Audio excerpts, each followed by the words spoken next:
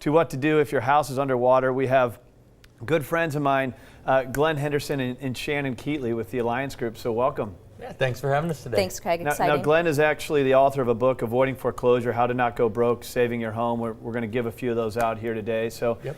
Now, I know the market's shifted, but you guys, we've been talking about the short sale stuff a lot. You guys have been guests on my radio show. Welcome to TV, by the way. Yeah, thank you. Did you know on TV there's a paper rule?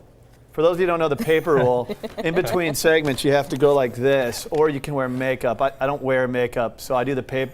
I do the paper rule. Glen wears a lot of makeup. No, I'm just kidding. So we got Glen and Shannon. A quick story about Glen. Glen I've known for years. He came to one of my events, the event at La Jolla, the Museum of Contemporary Arts. He came, he as a guest. We both got a special invite to a short sale conference up in Las Vegas with a guy named Ron Quintero, the CEO of the Real Estate Radio Network.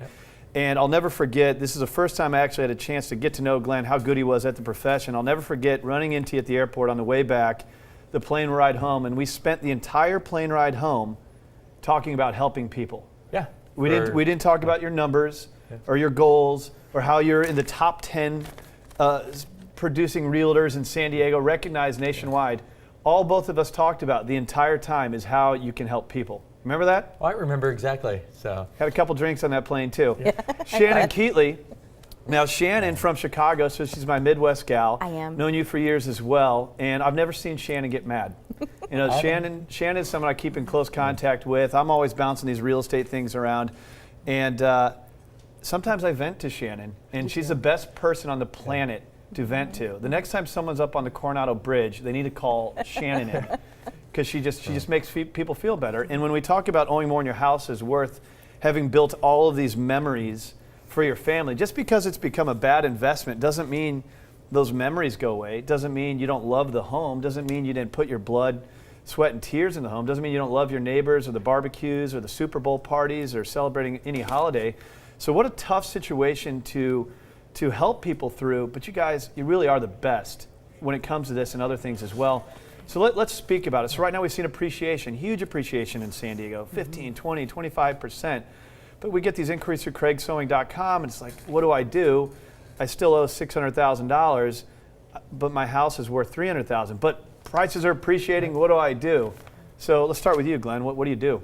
I mean, we're still getting calls every day from people that are in that situation, because we did see the 20-25% gains in some different markets.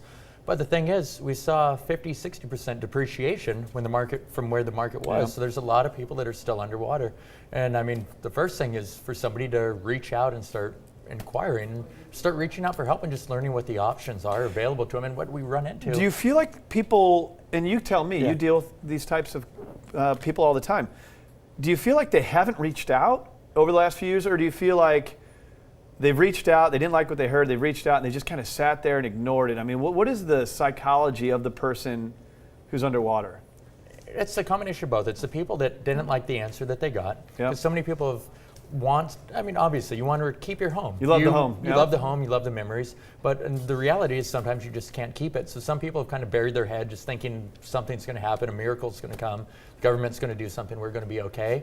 Yeah. And then there's the other people that are just so scared of what the answer is going to be that they haven't reached out because they don't want to hear that they might have to sell their home or do something. And still it's surprising to us too how much misinformation there still is out there. Yeah. I get calls all the time from clients that say, you know what, I talked to my financial advisor and they suggested that I just let the home go to foreclosure. And that's really what the worst thing that you can do is let a home go to foreclosure and just put your head in the sand like Glen said. I still get it. You know, where you live in a world where information flows so easily. You have YouTube, Google, social medias. Everybody seems to be an expert, a 24/7 nauseating news cycle. So information's never been, let me tell you how I really feel. Yeah. But unfortunately, all that misinformation, we still get these inquiries through our website of people saying, well, should I just let it foreclose? Yeah. Could you explain, if anyone doesn't know, the difference between what would happen on a foreclosure versus just short selling the home? Yeah, great question. We get that often. And one of the biggest things that you can do with the foreclosure, that's the worst thing that you can do, is let it go there, because there's tax and both legal and tax implications on that. And most people don't know exactly what they need to do and what those ramifications are, because if you let that property go to foreclosure, the bank can come back and actually come back and sue you in most cases, garnish Crushes your wages, credit. crushes your credit, tax implications with that as well. Real quick, could you touch the Mortgage Debt Relief Act and what's going on there? Yeah, basically with that, it's a protection for homeowners that certain loan program or certain loans that they have. If it's primary residence or original loans, you'd purchase the property, but you're going to get a 1099 at the end of the year after you've short sold or foreclosed on your property for the amount that was written off. Well, after this year, the government hasn't said if they're going to extend that relief. If they So don't, you could then just you could get be nailed. taxed. You Nailed. could have a huge tax implication after So the this example I gave would be a $300,000 tax liability. Correct, and it's taxed at ordinary gains. So in most cases, you're talking 30% to the federal and then 15% to the government. So you're Yeah. looking at 40, 55%. And keep in mind, you can also buy another home again in 2 years. You guys are helping people right now that short sold 2 years ago. They're getting back in the game. Yeah. Yeah, and So we kicking the can down the road is actually doing yourself a disservice. Right. And what's interesting with it too is we actually have a lender now, it's a portfolio. They're lending a day after a short sale. They're willing to lend if you have 20% down. Doesn't matter about your short sale.